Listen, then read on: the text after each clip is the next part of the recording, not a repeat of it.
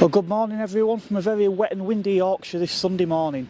We're back at the Motorist once again for another cars and coffee event. Quite possibly the last one for a few weeks because of a few other things going on, but there'll be a bit more on that later. So as you can probably see behind me today, it's a turn of Volvo. Volvo have been very similar to Saab, who came here a few weeks ago. Just like Saab, it's a Swedish brand, and just like Saab, much of their history is littered with financial turmoil, but in spite of all that, they still managed to develop some incredible cars, very, very safe cars as well, and a little bit premium for people who wanted something a little bit different to what the Germans were offering. So shortly we'll have a look around, have a good look at some of these cars. I will link the Saab video at the end of this as well, so stick around right to the end. And if you haven't already done so, please do consider subscribing, because if you like what you're watching now, there's going to be a lot more of this sort of thing to come, as well as some car reviews and hopefully some road trips as well. Now, some of the most recognisable Volvos of all time are the early estate and saloon models. Cars like this 200 series, for example. Now, the 200 series sold incredibly well over 19 years, about 2.8 million. So the 700 series, which arguably was the car that saved Volvo from bankruptcy, launched 40 years ago this month in 1982. This obviously is a car of the 70s, but it actually continued throughout, and I think it might have even outlived its predecessor.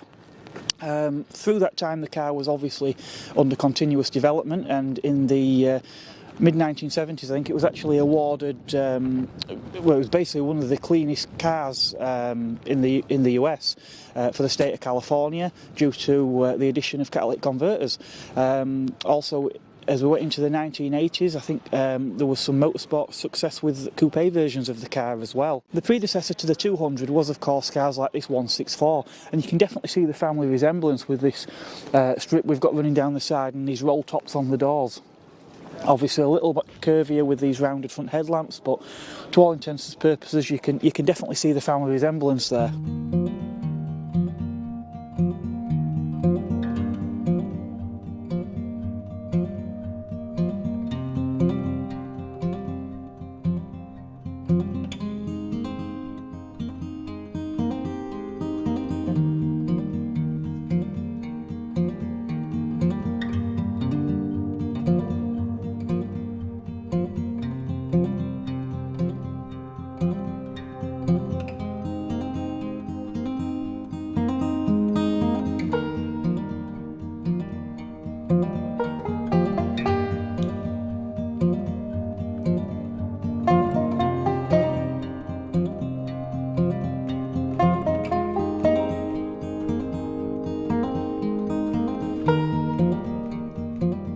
So I'm here with Craig, and Craig has brought this fantastic Volvo 960. So Craig, tell us a little bit about your, well, why you bought a 960?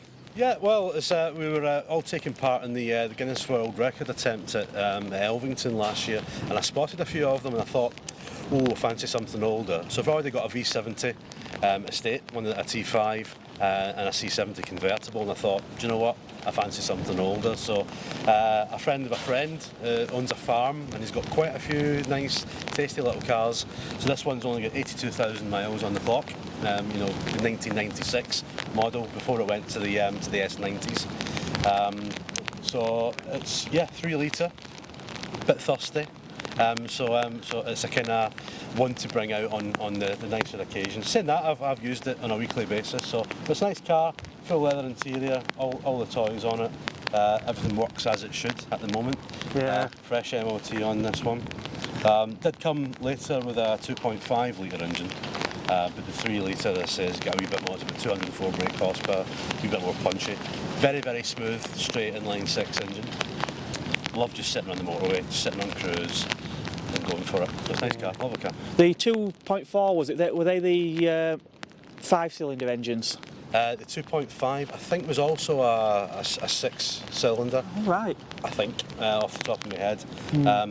It was just kind of refined and more kind of economical, if you like, than the 3 litre. So, but they make good cars. The saloon's not as popular as the estate. The estates, the Volvo estates, always get the bigger names. So, the saloon was a nice choice, and you can fit a few things in the boot, golf clubs and a few dead bodies as well if you want. So. Yeah, I think Volvo did make an exceptionally good estate, which is probably why the saloons are maybe a little bit overshadowed. But This is it, yeah. I know obviously they were very popular stateside as well. Obviously, being that they have larger cars, but the 900 series, I really like how you can still see the 700 series in it, Previously, but yeah. everything's just that little bit smoothed off. We've still got the impact bumpers, but it's rounded. The lights, the grille, everything's just that little bit smoother. I love the colour on this as well. It works really well with that light coloured leather interior, doesn't it? A nautical blue is the colour there. So yeah, it's a nice kind of metallic. It's nice in the sun when the sun catches it. Beautiful, beautiful. I think they did a coupe version as well, didn't they? But I don't know if we actually got them. Yeah, it's very rare. I don't think I've seen one, to be honest. But yeah, it was, I think it was a 780. I think was the only coupe version I've seen. But Might have been, yeah. yeah, interesting. Yeah. Well, that's fantastic. Thank you very much for your time, and I'll let you go hide now because this weather seems to be getting worse, doesn't it? Dive in and get a coffee. Yeah. Nice to meet you, Mark. Very. Yeah. Likewise. Thank you. So Paul's brought this rather unique Volvo 850. As you can see, we've got some quite interesting design work on here. So Paul, tell us a little bit about this car. So basically, the reason for the stickers, it was originally owned by a guy called Paul Walker. And so this car was originally a raffle car for a guy I know called, he does Jeff Buys Cars, he does a raffle, and I got a Saab off him originally, and then the Saab wasn't big enough because we've got 3 kids, so then I changed for a manual 850, which then I thought I can't really drive a manual anymore, so I changed it to this, and yeah, so it's something different. It gets looked at, you get pointed at a lot. So, but yeah, it's just a bit of fun. You can't lose it in a car park anyway. No, also, fun's not a word people normally. It's not the first word that people associate with Volvo, but they did make some pretty quick cars, didn't they? I think they did. I mean, obviously with the R's and the 2.5 litre T5s and all that, they are quick cars. Yeah. Which engine's in this one? Did you So say? that's a 2.5 litre 10 valve automatic. So it's not fast by any means of the chance, but I mean for a big car it picks its feet up. Yeah. But like I said, around here, I mean you've got R's and you've got T5s, you've got all sorts. So, yeah. but they're I think they're a cheap way of getting into fast. If you want a fast car for cheap, Yeah. either buy a Saab or a Volvo. And one that you can call at IKEA on the way home if you want, and obviously fill your boot. Oh well, exactly. Yeah, it's the boot when they put your back seats down in this. They're as big as a van anyway, so Yeah. if you wanted to, because they've got quite a clever, I didn't realise, headrest. So when you put the back seats down, they don't come out, they fold down underneath. Right. And they fit underneath, so you'd have to pull everything out. Yeah. So it's literally, but yeah, you could literally go to IKEA and fill it up and yeah, off you go. Presumably the boot floor will be quite high, but the load bed will be flat as well. Yeah, it's completely flat. Yeah. Completely. When you put your back seats down and it's completely flat. You could Yeah. fit a mattress in the back of that quite easily. But yeah, I'd definitely say if someone wants something different, get a Volvo because they are just something else. Like I said, they've got. This is my first time here, and I think with the seeing what people have brought, there is obviously still a following for them. So I think, and they're all seeming decent people. So yeah, definitely get a Volvo. I think as the cars get older as well, the following only gets stronger for the brand. Oh yeah, definitely. Yeah, the more, shall we say, the more mature. You don't get, the whole sort of wheel spinning, pop and bang sort of thing. It's more and people that look after them and that sort of thing. So Yeah, maybe so. Although I must admit, I have seen a few younger people driving things like 200s now. So that some of these cars, even 480 ESs, and they're getting a bit of a cult following. That they've kind of, I don't know, become cool for some bit like 2CVs they were sort of very uncool, but became cool for being uncool, if that makes sense. yeah, I think a lot of young people are buying them for doing skids though, because Right. the old rear wheel drive ones, because they've become quite doing drift days and that sort of stuff. So Yeah. they're different from a BMW. Yes. So a lot of them are being used for doing drift days and skids and all that sort of stuff. Yeah. So I think but like I said, it's the people that know about them that go, oh, rear-wheel drive Volvos, rather than a BMW or anything like that. So Yeah. I think it's just, I think it's something different. Yeah. Like I said, they've got a good following, and parts are still plentiful and stuff like that. So yeah, I'd definitely recommend it. Yeah, fantastic. So I must admit, I have come close to Volvo ownership in the past, so never say never. Oh, you should do. You should do. Definitely. I haven't got room for any more cars, especially one the size of a Volvo. That's the problem. Yeah, they are a big car. That's the only problem. It's like when you park in a car park, your front end sticks out by that much. So yeah, you definitely don't miss them. Yeah, yeah. Well, that's great. Well, thank you very much for standing out here in it rain and telling me about your car. I'll let you go and find shelter now. So thank you very much. No problem. Thank you very much. In recent years, a lot of mainstream manufacturers have moved into production of SUVs. Volvo obviously are no stranger to that either. Volvo have always been very sort of family orientated, even including things like booster seats integrated into the car seats as well in previous years. So yeah, we've got this lovely XC90 behind me, really stands out in red as well. Really big car, but despite its size, we have got a few curvy lines in there as well. Volvo's design language, again, they've sort of still got this boxiness about them, but with a few curves in just to soften up the design a little bit. So as we went through the 90s and the early 2000s, Volvo started looking to make slightly more compact versions of their popular cars. So such as this estate behind me, we've got the Volvo V50. V50 basically along the lines of the S40, but in estate configuration. But again, we've got this lovely sort of roll top design on the doors. Something I really like on this one as well is these wings, how it sort of wraps over, and the bonnet line sort of comes in inside the headlight and above the grille here. Really nice touch. I do like this dark blue as well, suits the car really well.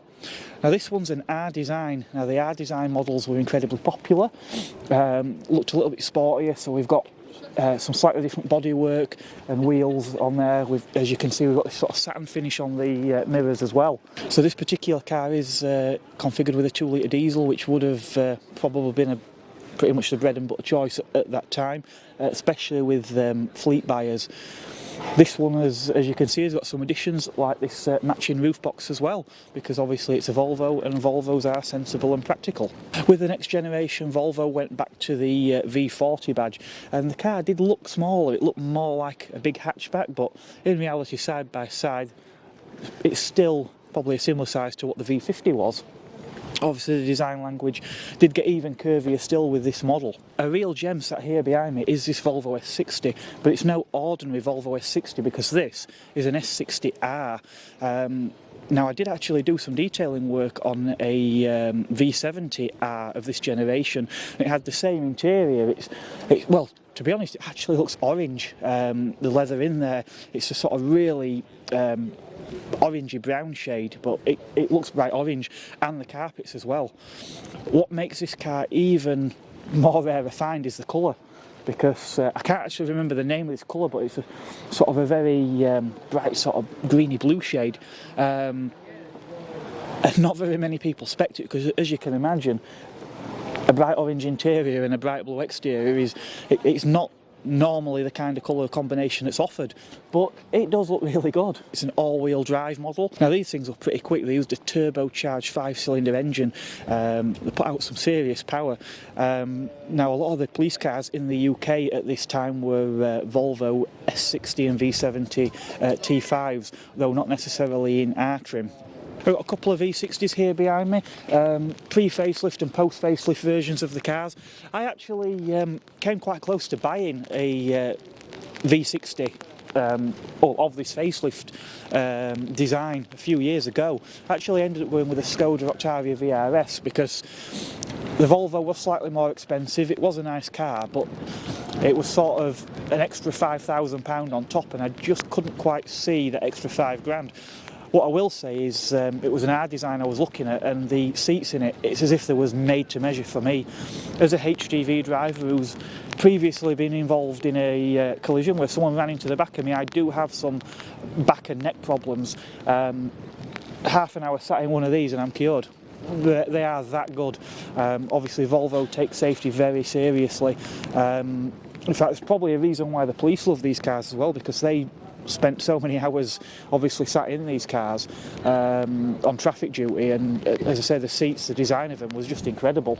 Volvo made a return to the small coupe market with the C30. The C30 very reminiscent of the 480 ES. And even in one of the earlier cars, the rear glass, for example, very reminiscent of the older cars. Sadly, no pop-up headlights, but legislation dictated that that wouldn't be possible this time round. But yeah, an incredibly sporty design. Obviously, it sort of tapers in towards the back a bit like on something like a Scirocco. So yeah, dedicated 4-seater, really nice, interesting car, and supposedly quite good to drive as well. And if you really want a performance model, there was of course Polestar versions available as well. So anything SUV seems to have become incredibly popular, but some people actually want something a bit more rugged, but they don't necessarily want an SUV. So take for example this estate car. We've got the XC Cross Country series of Volvos. They actually did this on a few models. So basically we've got a V70 estate car, but ride height's increased a little bit. We've got all-wheel drive, so really practical car. Anyone that's got that sort of lifestyle, maybe I don't know, going to festivals, or you know, towing a caravan, you might end up in a muddy field somewhere. You're probably not going to do any really serious off-roading, but when you just want that all-wheel drive system and perhaps a little bit of extra ground clearance, this is the kind of car that you may well consider. And once again, my visit here to the Motorist is sadly coming to a close, but it's been a really interesting morning. I've loved chatting with some of the owners of these cars. Things like this one behind me here, we've actually got a number 2 in the windscreen. A Guinness record attempt for a number of Volvos. This was car number 2 in a lineup leading the convoy. So really interesting talking to the owners and learning all about these cars and the experiences that they're having with them.